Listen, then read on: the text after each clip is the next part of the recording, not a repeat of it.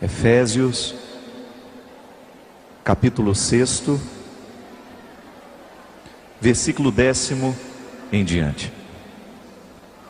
O combate da fé. Para terminar esta carta, eu vos digo: armai-vos de força no Senhor, da sua força onipotente.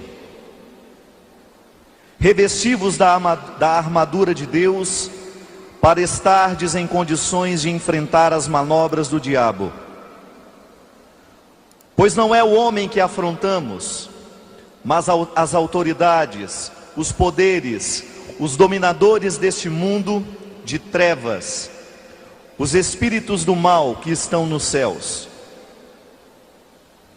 Lançai mão, portanto, da armadura de Deus, a fim de que no dia mau possais resistir e permanecer de pé, tendo recorrido a tudo. De pé, portanto, nos rins a verdade por cinturão, com a justiça por couraça, e como calçados nos pés, o ardor para anunciar o evangelho da paz. Tomai sobretudo o escudo da fé, ele vos permitirá apagar todos os projéteis inflamados do maligno. Recebei, enfim, o capacete da salvação e o gládio do Espírito, isto é, a palavra de Deus. Que o Espírito suscite a vossa oração sob todas as formas, vossos pedidos em todas as circunstâncias. Empregai as vossas vigílias em uma infatigável intercessão por todos os santos, também por mim. Que a palavra seja posta em minha boca para anunciar ousadamente o mistério do Evangelho, do qual sou o embaixador acorrentado. Ora, pois, a fim de que eu encontre neste Evangelho a ousadia necessária para falar dele como devo. Palavra do Senhor. Glória a essa palavra maravilhosa.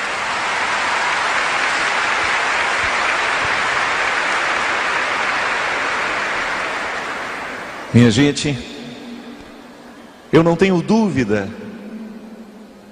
de que o que nos traz a este rincão neste fim de semana é a nossa fé. O contexto da fé é um contexto muito rico, porque fé está diretamente associado à existência. Nós fazemos a experiência da fé nas pequenas coisas. Você hoje tomou café da manhã num lugar desconhecido, um café preparado por pessoas que você não conhece. E qual é a garantia de que aquele café não estava envenenado? Quem lhe garantiu que aquela pasta de dente novinha que você trouxe para o acampamento não está cheia de um ácido corrosivo que vai destruir as suas gengivas? Isso é experiência de fé. Fé do dia a dia. Essa que não nos deixa enlouquecer. Você sabe que o neurótico é aquele que perdeu a fé nas coisas, né? Ele tem medo de tudo, de todos. A vida se oferece o tempo todo como uma experiência de perigo. O neurótico é assim. Às vezes eu tenho umas neuroses, eu tenho medo de pegar doença. O povo fica pegando na minha mão e fica: oh meu Deus, será que ele está gripado? Depois eu sou incapaz de levar aquela mão no olho, porque pode ser que ele esteja com conjuntivite. Uma conjuntivite incubada. Ainda bem que eu não encontrei aquele embaixador da África, senão eu ia estar apavorado. Fiquei pensando no desespero daquelas 75 pessoas que estiveram com ele. Um vírus que a gente não sabe nem o nome. A neurose entra dentro de nós justamente para nos limitar diante da vida. Pode observar, o neurótico, ele é sempre limitado. Ele deixa de fazer muitas coisas na vida por causa das neuroses que tem. O medo paralisa.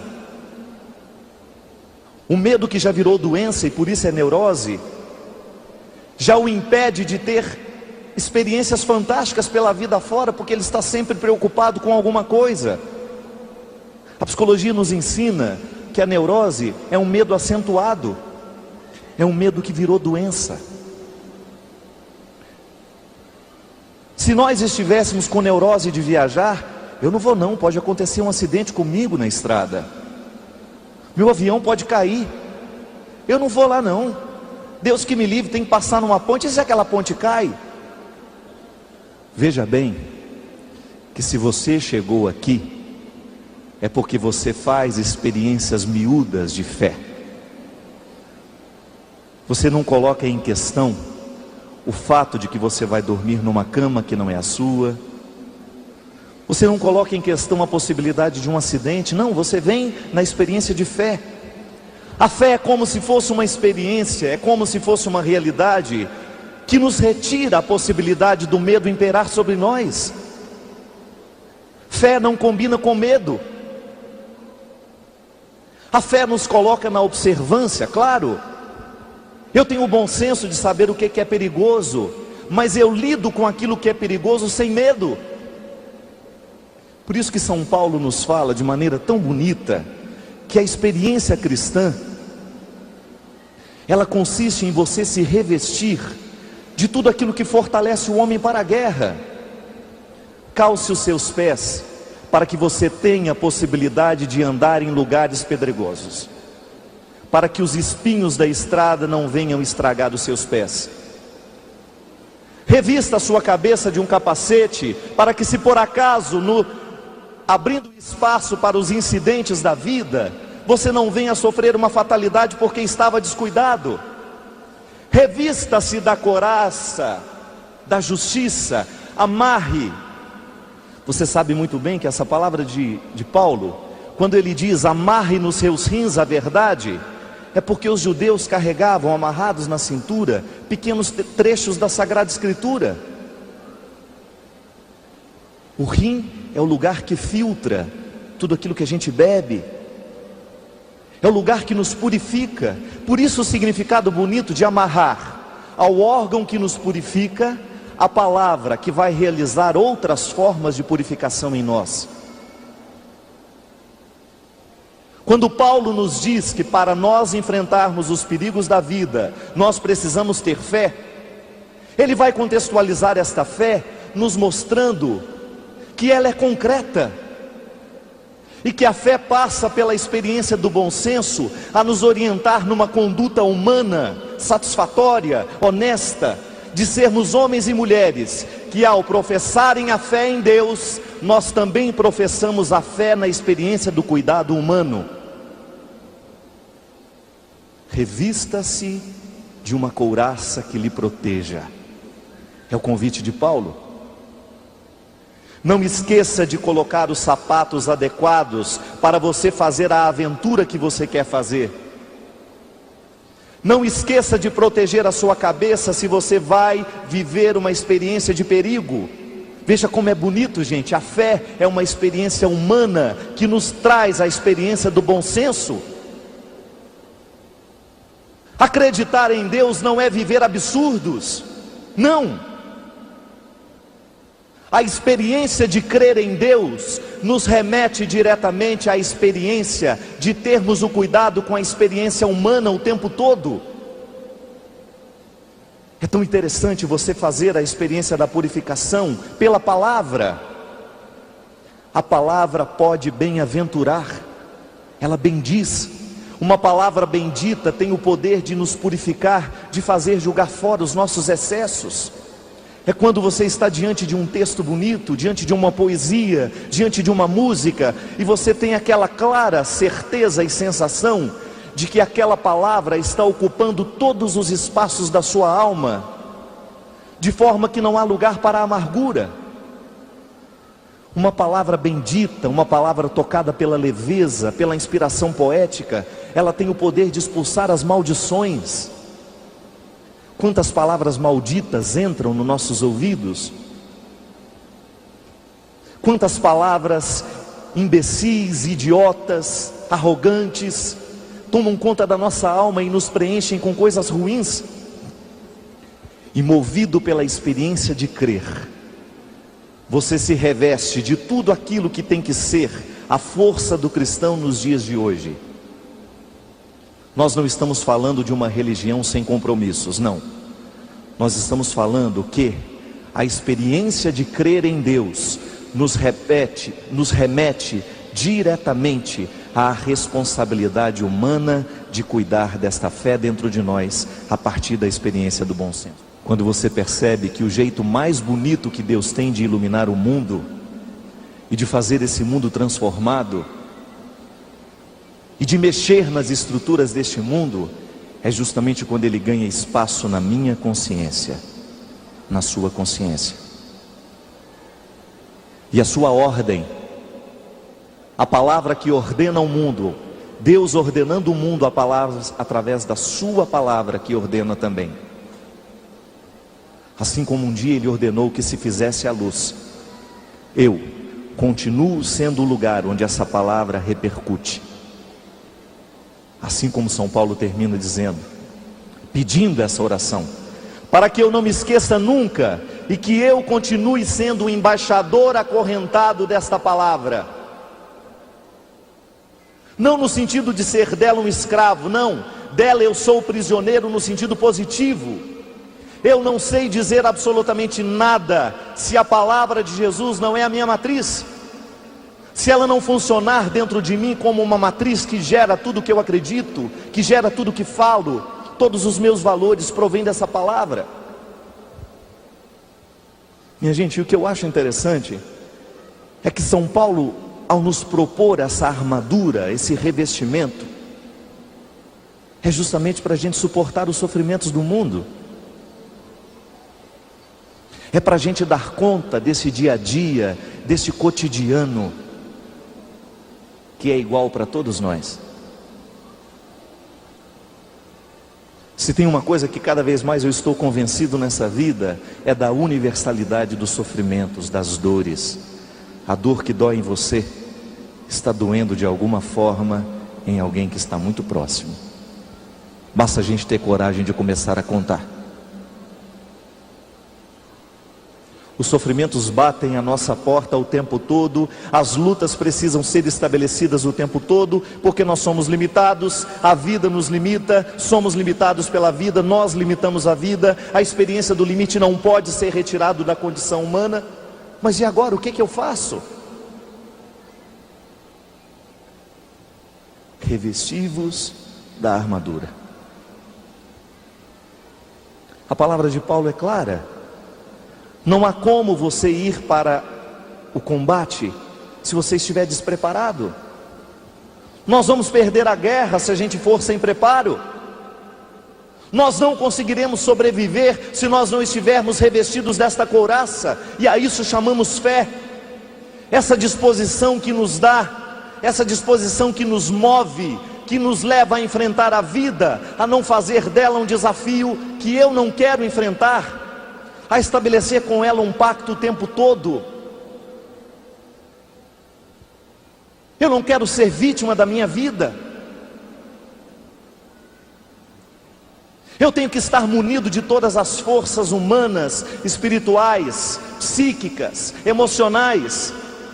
Eu tenho que buscar o meu aperfeiçoamento humano o tempo todo, senão eu não dou conta no momento da fragilidade, minha gente. É desse fortalecimento que Paulo nos alerta, é para isso que ele nos aconselha. Fortalecei-vos enquanto ser humano.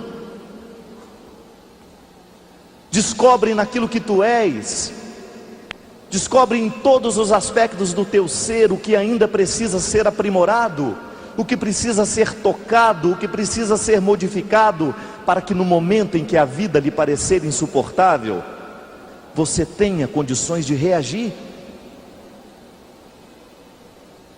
É reação. Agora, se você vai para a batalha, se você vai para a luta, se você vai para a guerra, sem estar com os preparos da guerra, é provável que você morra nos primeiros 5 minutos de batalha. E nisso está o poder de tudo que é diabólico no mundo hoje. O poder de tudo que é diabólico, isso é, diabolos, aquilo que separa, aquilo que desagrega, aquilo que retira a inteireza.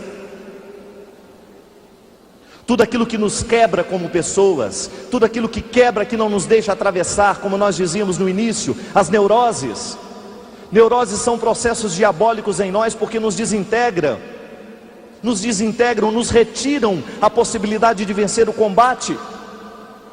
Quantas vezes nós fracassamos diante das dificuldades da vida, diante dos sofrimentos, justamente porque nos faltou fé. Mas isso precisa ser enraizado, concreto. Como é acreditar então, Padre? Ter fé é você reunir todos os instrumentais humanos para aquilo que é dom de Deus, isto é, a capacidade de crer nele.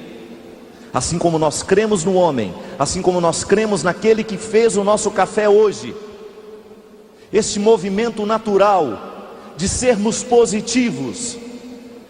Então, tudo isso que é instrumental humano, fortalecido a esse dom de Deus, para que nós possamos permanecer de pé no momento daquela dificuldade.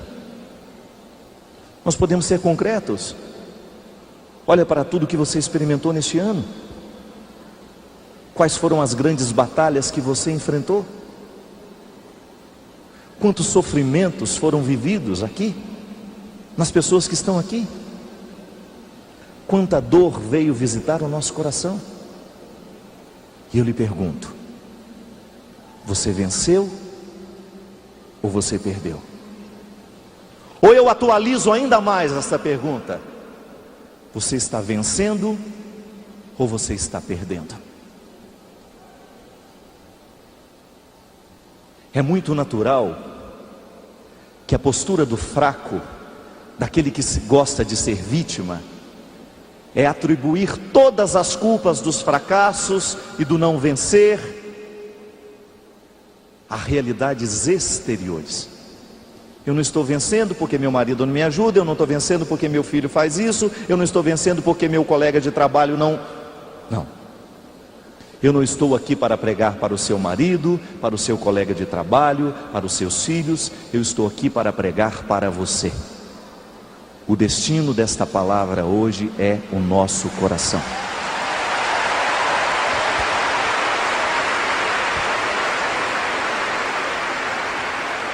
Soldado que é honesto reconhece o porquê que perdeu a batalha a partir de si, não a partir dos companheiros que estão do lado. É o passo mais seguro para qualquer mudança dentro de nós. Deus não pode trabalhar em pessoas que se recusam a assumir as responsabilidades dos próprios fracassos e dos próprios erros.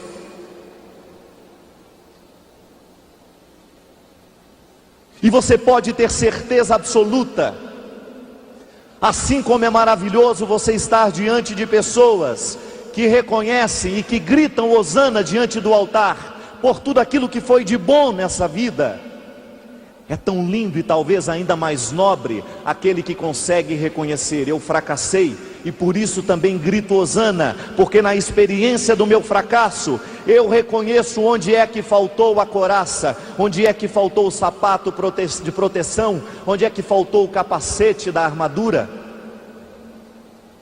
para que no próximo ano nós tenhamos condições de adentrar estas datas, esta nova oportunidade de sermos quem nós somos, fortalecidos pela análise que fizemos do ano que passou. Não é vergonha nenhuma fracassar, minha gente. Nós somos humanos. Não é vergonha nenhuma você esbarrar na sua incapacidade, nos seus limites. Vergonha é você fingir que não vê. Vergonha é você continuar arrastando os seus dias, sem a capacidade de voltar e de fazer uma leitura da sua vida a cada instante, a cada dia, a cada oportunidade, para que na releitura de tudo isso você possa ter a possibilidade de reescrever uma história diferente. Estamos vencendo ou estamos perdendo na vida? E diante dessa resposta, por mais dura que seja,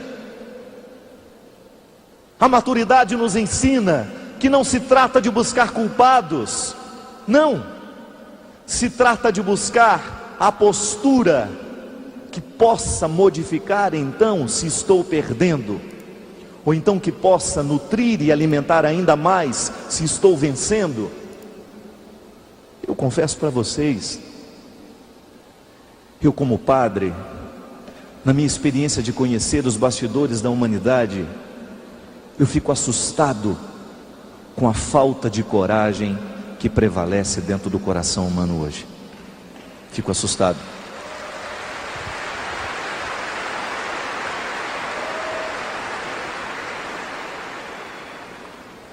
A palavra profética, minha gente, a palavra profética é uma palavra amorosa. Ela é dura, mas palavras amorosas geralmente não são palavras de bajulação. Eu nunca vi um ser humano ficar bom de verdade quando ele é bajulado desde o início da sua vida. Palavras de bajulação não modificam ninguém. Palavras de bajulação correm o risco de nos anestesiar, a ponto de nós não sermos capazes de olhar para os nossos próprios defeitos. O que é muito bajulado, no momento do sofrimento, geralmente cai e ele não se levanta mais, porque ele está acostumado a ser o bom, ele está acostumado a ser vangloriado. Por isso a palavra profética não é uma palavra de bajulação, ela é uma palavra que fere. E aí você entra na dimensão mais bonita do amor. Amor que é amor, fere. Assim como na atividade física, a musculatura precisa sofrer microlesões para ela poder crescer.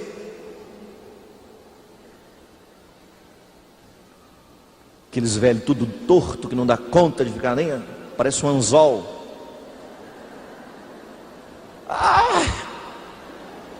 A minha mãe sente dor nas cadeiras, sente dor nos bancos, sente dor na mesa. E nós sabemos, as dores das costas, elas são frutos, sabe de quê? De falta de um exercício físico que se chama fortalecimento da lombar. Essa bobaginha aqui, ó. Isso aqui fortalece a lombar, quando feito no aparelho certo, de um jeito certo. Agora eu pergunto, é gostoso fazer? Não. O seu músculo sofre na hora que você está fazendo. Ele está sendo microlesado, isto é, ele sofre pequenas rupturas, e aí ele cicatriza mais forte.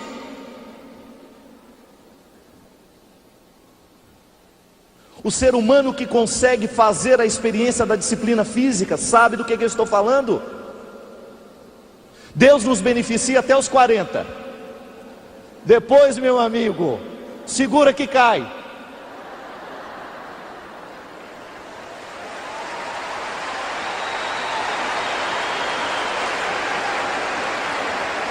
Mas sabe o que é bonito? Até os 40, Deus lhe dá a oportunidade de envelhecer bem. Aí você, eu acho que hoje não vai dar para ir não, eu tenho um churrasco aí, está difícil, mas segunda-feira eu começo. E você passa os 40 anos se justificando, e o seu músculo vai ficando quietinho, feliz, porque ele não está sendo exigido. Ele vai ficando quietinho, ele não vai reclamando, porque ele está todo tranquilo. Aí quando passa os 40, aí o negócio vai ficando. E você vai vendo que você é filho de Adão.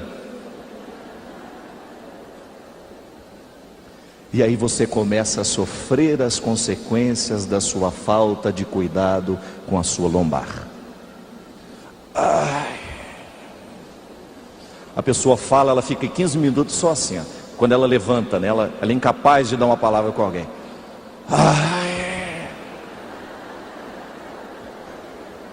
Aí ela senta, parece um pepino emendado numa abobrinha.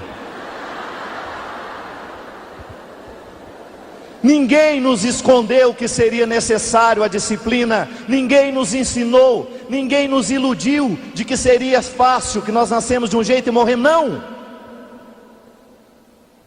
O seu corpo, se não é disciplinado, se o seu corpo você não expõe ao sofrimento necessário, ele vai despencar antes da hora, e porque ele despenca antes da hora, o que mais sofre é as costas, porque nós não nascemos para ficar em pé, a gente ficou em pé de atrevido, era para a gente estar igual assim.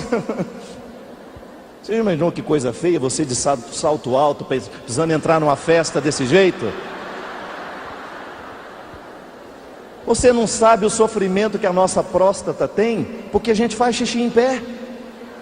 Os homens, mulher só vai quando o banheiro é muito sujo, né? O nosso sofrimento. Outro dia estava ouvindo um médico nos explicar isso. Sabia disso? Que o fato de nós termos ficado de pé causa um sofrimento terrível para o nosso organismo. Claro, a gente se adaptou a isso, mas a nossa próstata sofre dobrado. Mas ninguém tem vontade. Imagina se você pega vendo seu filho fazendo xixi sentado. Que é isso, menino? As nossas costas são o primeiro lugar a sofrer as consequências da nossa indisciplina. São o primeiro lugar. Só que tem um detalhe, minha gente. A musculatura do corpo, ela é fortalecida na atividade física. E a atividade física, quando bem orientada, ela evita as dores da velhice. Vai ficar aquele velhinho empinado, bonitinho, saudável, porque ele substituiu a massa gorda pela massa magra na hora certa, enquanto o organismo agia a favor dele. Ele fez o que tinha que fazer na hora certa. Aí ele vai envelhecer melhor, ele vai envelhecer com mais qualidade. Mas o despreparo, esse que eu falo, onde é que nós malhamos a alma, o espírito, para que a gente dê conta da vida até mesmo antes dos 40? Quando a gente começa a passar pela experiência de verem despencar os nossos sonhos. Aquilo que eu esperava que seria, não foi. E agora? O que eu faço? Como é que eu reajo diante de uma vida que não deu certo? Como é que eu dou testemunho da minha fé no momento do meu sofrimento? Qual é o fruto que eu produzo no momento em que a vida não é do jeito que eu gostaria que fosse? Qual é o fruto que eu produzo no momento em que eu tenho que conviver com os meus limites, com os limites que estão próximos? O aprimoramento do ser. Não é possível a gente dar conta da vida se nós não estivermos com o nosso ser aprimorado, esse que você não enxerga, mas que está aí dando motivos ou não para você ser quem você é. E é nesse momento que eu quero ler um texto que caiu ontem casualmente nas minhas mãos, que se chama Ostra feliz não faz pérola. Ostras são moluscos, animais sem esqueleto, macias, que representam as delícias das gastronomias. Podem ser comidas cruas, com pingos de limão, com arroz, paella, sopas. Sem defesas, são animais mansos. Seria uma presa fácil dos predadores. Para que isso não acontecesse, a sua sabedoria as ensinou a fazer casas, conchas duras dentro das quais vivem. Pois havia no fundo do mar uma colônia de ostras, muitas ostras. Eram ostras felizes. Sabia-se que eram ostras felizes porque de dentro de suas conchas saía uma delicada melodia, música aquática, como se fosse um canto gregoriano, todas cantando a mesma música, com uma exceção, de uma ostra solitária que fazia um solo solitário. Diferente da alegre música aquática, ela cantava um canto muito triste. As ostras felizes se riam dela e diziam: ela não sai da sua depressão. Mas não era depressão, era dor. pois um grão de areia havia entrado dentro de sua carne e doía. E ela não tinha jeito de se livrar dele, do grão de areia. Mas era possível livrar-se da dor. Veja bem, ela não podia se livrar do grão de areia que havia invadido a sua carne, a sua casa, mas ela podia se livrar da dor. O seu corpo sabia que para se livrar da dor que o grão de areia lhe provocava, em virtude de suas asperezas, arestas e pontas, bastava envolvê-lo com uma substância lisa, brilhante e redonda. Assim, enquanto cantava seu canto triste, o seu corpo fazia o trabalho por causa da dor que o grão de areia lhe causava. Um dia, passou por ali um pescador com seu barco. Lançou a rede e toda a colônia de extras, inclusive a sofredora, foi pescada. O pescador se alegrou, levou-as para sua casa e sua mulher fez uma deliciosa sopa de ostras. Deliciando-se com as ostras, de repente, seus dentes bateram num objeto duro que estava dentro de uma delas. Ele o tomou nos dedos e sorriu de felicidade. Era uma pérola linda. Apenas a ostra sofredora fizera uma pérola. Ele a tomou e a deu-a de presente para sua esposa. Isso é verdade para as ostras, e é verdade também para os seres humanos. No seu ensaio sobre o nascimento da tragédia grega a partir do espírito da música, Nietzsche observou que os gregos, por oposição aos cristãos, levavam a tragédia a sério. Tragédia era tragédia. Não existia para eles, como existia para os cristãos, um céu onde a tragédia seria transformada em comédia. Ele se perguntou então das razões por que os gregos, sendo dominados por esse sentimento trágico da vida, não sucumbiram ao pessimismo. A resposta que encontrou foi a mesma da ostra que faz uma pérola. Eles não se entregaram ao pessimismo porque foram capazes de transformar a tragédia em beleza. Beleza não elimina a tragédia, mas a torna suportável. A felicidade é um dom que deve ser simplesmente gozado. Ela se basta, mas ela não cria, não produz pérolas. São os que sofrem que produzem a beleza para parar de sofrer. Esses são os artistas. Beethoven. Como é possível que um homem completamente surdo, no fim da vida, tenha produzido uma obra que canta a alegria? Van Gogh, Cecília Meirelles, Padre Léo, e tantos homens e mulheres que precisaram, no momento em que o grão de areia invadiu a sua casa, para suportar as arestas do intruso, começou a cantar uma música, embora triste, mas bonita. Bonita. Quando no momento em que a dor e a dificuldade veio bater a porta, nós a encontramos de um jeito nobre, diferente. Esse cristianismo que nos evita a tragédia para nos prometer uma comédia futura, eu não quero, porque isso não é humano. A mim não interessa uma religião que venha me entorpecer a alma e me fazer esquecer as dificuldades e as belezas da vida para me projetar numa esperança futura de céu. O cristianismo começa na rocha. O cristianismo começa no Calvário. É dor, minha gente. Deus entra no mundo pela força da dor. Deus se despede do mundo pela força da dor. E se nós temos a honra de dizer que nosso Deus é rei, nunca te esqueças que o teu rei é coroado de espinhos.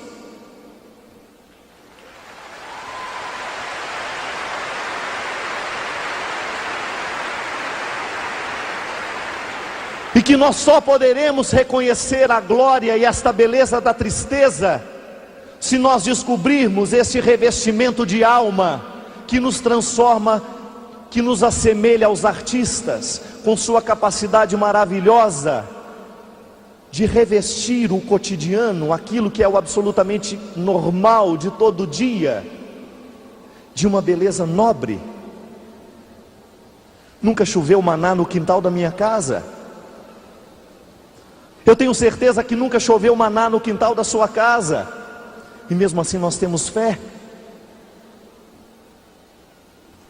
Deus mora o tempo todo e faz questão de estabelecer a sua tenda nos calvários da humanidade, e é lá que nós precisamos descobrir, é lá que nós precisamos abrir os olhos para ver que a sarça, a mesma que ardeu diante dos olhos de Moisés, continua ardendo diante dos nossos olhos hoje. E a cena não é tão bonita quanto nos parece. Religião, se não é para nos ensinar a enfrentar as tragédias da vida, ela não serve para nada. Ela nos aliena e ela nos coloca numa projeção futura, de um futuro que não chega, que não acontece, de uma realidade etérea que não se adapta, que não se aproxima de nada do que é nosso. Corta o seu dedo e sinta que o milagre de Deus é realizado em você, numa carne que cicatriza-se aos poucos, mas é aos poucos. Deus não fere a ordem humana. Se cortou, terá que passar pelo processo da cicatrização. É humano. A graça de Deus nos reveste, minha gente, para que nós tenhamos a sensibilidade do artista. Por que você acha que Jesus era tão fascinante? Por que você acha que as multidões corriam atrás de Jesus e queriam ficar perto dele e queriam ouvi-lo? Porque Jesus era um especialista em revestir a tragédia de beleza. Ele não permitia que o pessimismo, a leitura mais fácil diante da tragédia é a leitura pessimista. Ser pessimista não dá trabalho nenhum, porque o pessimismo não nos move para a gente encontrar motivos para continuar. O pessimismo nos faz arriar, assim como a gente arria diante da necessidade de fortalecer os músculos das costas. O pessimismo é a resposta mais simples que nós podemos, simplória, que nós podemos dar aos problemas da vida. E atrelado ao pessimismo, a experiência do ódio. Quando você odeia, você não tem trabalho nenhum. Não requer aperfeiçoamento humano odiar, porque o ódio é uma resposta natural, diferente do amor. O amor fere. O amor é o fogo que arde sem se ver, é ferida que dói, é um contentamento descontente, é dor que desatina sem doer. Camões tinha razão. Agora, quer entender os versos de Camões? Demora, porque eles são aparentemente contraditórios. É dor, mas ela desatina sem doer. Não é discurso lógico. Discurso lógico é o pessimista. O discurso pessimista, ele é absolutamente lógico, e ele convence. O discurso da fé passa o tempo todo pela sugestão. Eu, quando dava aula na faculdade, eu dizia isso. Fé é uma espécie de intuição. É como eu ter que dar explicações do porquê que eu amo você. A pergunta mais idiota que nós podemos fazer é esta: você me ama? Aí o outro idiota responde: eu amo. Aí o idiota, movido por uma idiotice ainda maior: por quê?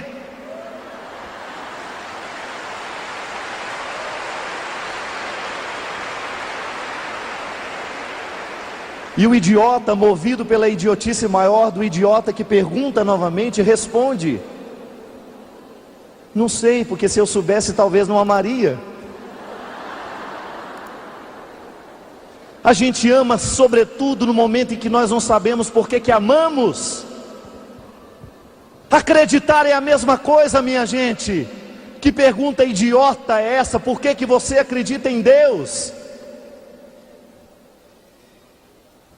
Eu não sei dizer por que eu acredito em Deus, não.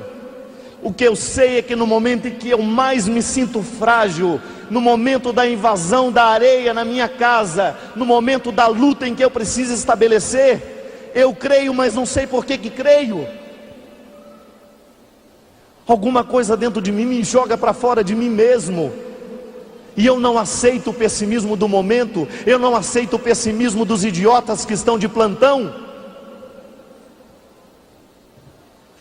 Eu creio porque no momento da dor Deus me segura. Deus me segura a partir da minha mente, do meu bom senso, da minha crença. Deus me segura a partir do amor que eu amo. Deus me segura a partir do perdão que eu perdoo. Não queira me pedir as razões da minha fé, porque eu não sei dar. O que eu sei é que eu creio, e isto resolve o conflito, da mesma forma como Chicó responde diante de João Grilo, personagens de Ariano Suassuna. Quando João Grilo insiste em saber como foi que aconteceu tudo isso, Chicó. Como foi que você pôde subir num rio em cima de um peixe como se ele fosse um cavalo? E Chicó responde cheio de fé: não sei, só sei que foi assim. Foi assim.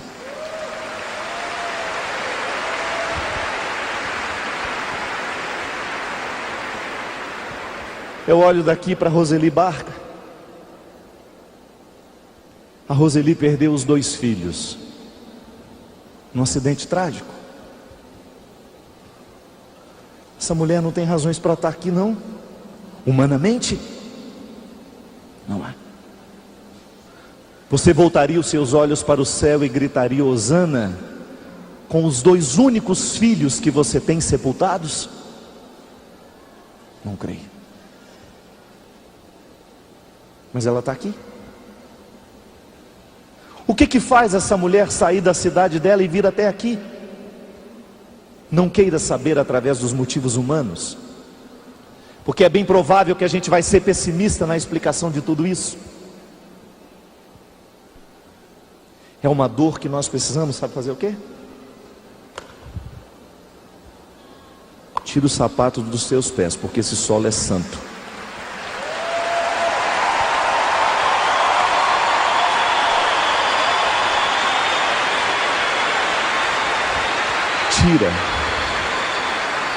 Tira as sandálias dos teus pés. Minha gente, se você souber tudo o que se passa nos corações que estão do seu lado, se você pudesse ouvir um pouquinho do que esses que você não sabe o nome têm a lhe dizer, você vai descobrir o que foi que eles revestiram, a dor que visitou a casa deles, o sofrimento que invadiu. A Roseli está aqui porque ela quer ser aquela ostra, a que mesmo no momento do canto triste está a produzir uma pérola. Está produzindo pérola.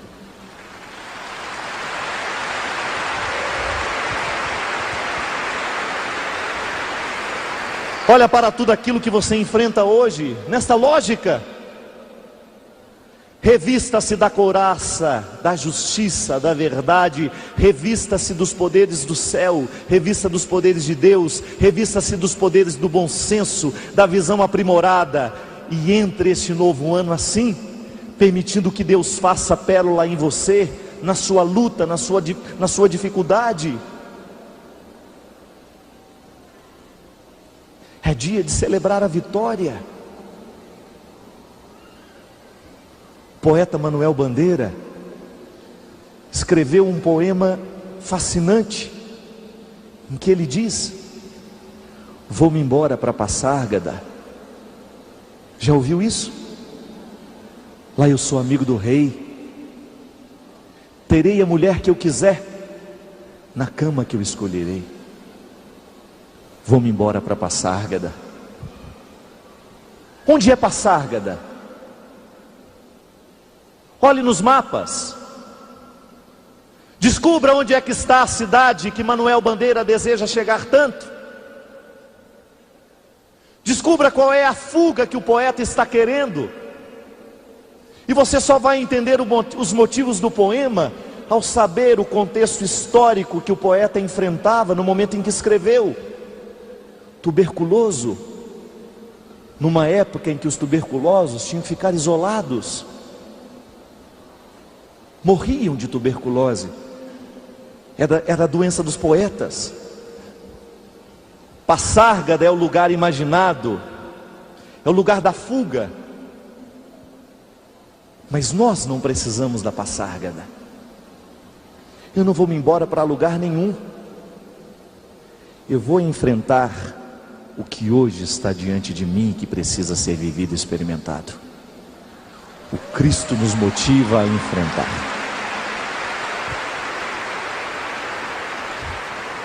Engraçado, os pessimistas, os que legitimam os poderes diabólicos no mundo, eles olham para nós no momento do sofrimento e falam assim: fica assim não, bem,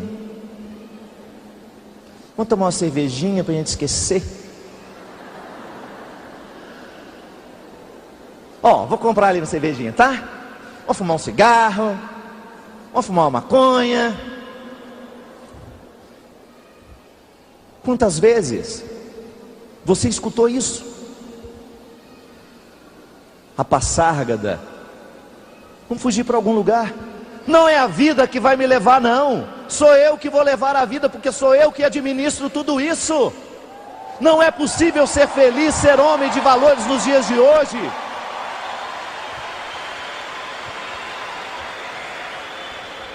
Ou você toma a administração da sua vida nas mãos e começa a olhar para tudo aquilo que está acontecendo e reage de maneira madura diante de tudo isso, ou daqui a pouco você se transforma num verme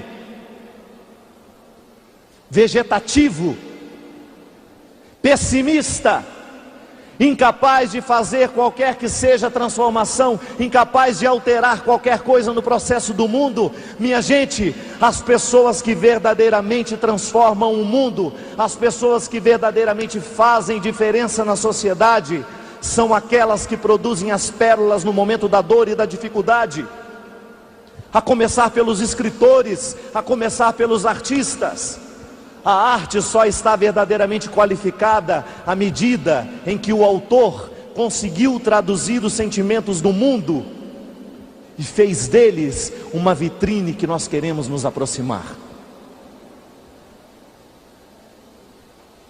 É uma vitrine que nós queremos ver de perto. Mas é triste, padre, mas é belo.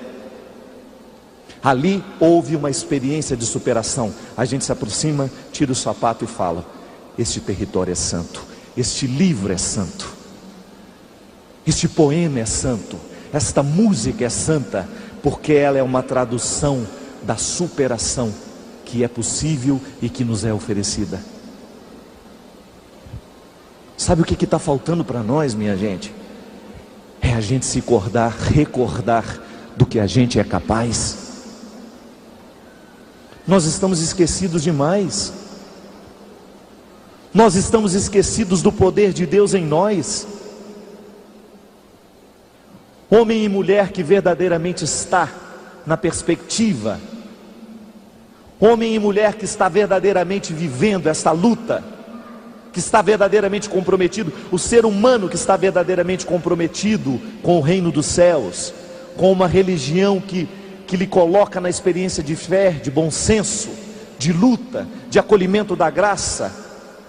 É homem e mulher que não aceita a palavra eu não dou conta,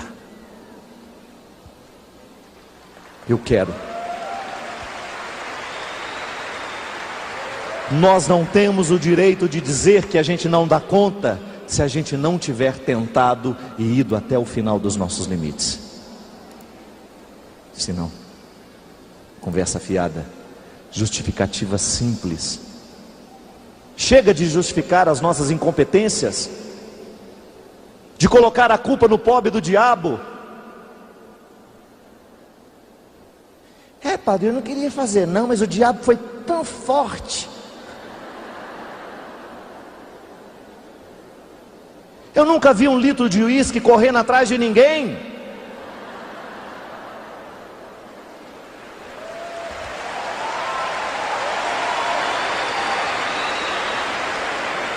Eu nunca vi um maço de cigarro batendo na porta de ninguém. Me fume.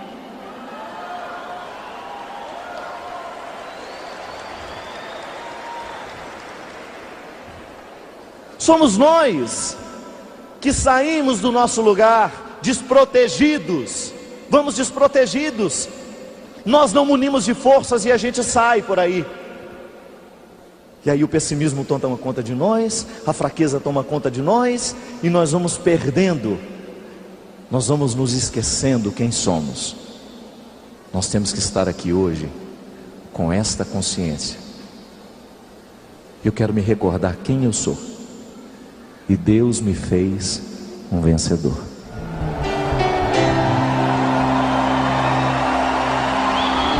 Não permita que o sofrimento te abata. Não permita que o sofrimento te destrua. Redescobre a fé em Deus. Redescobre a fé no teu Salvador. Grita a vitória. Como é a canção nova? Celebrar a vitória, o Senhor Jesus regressando está. Vitória, canta com unção, sua vida celebra.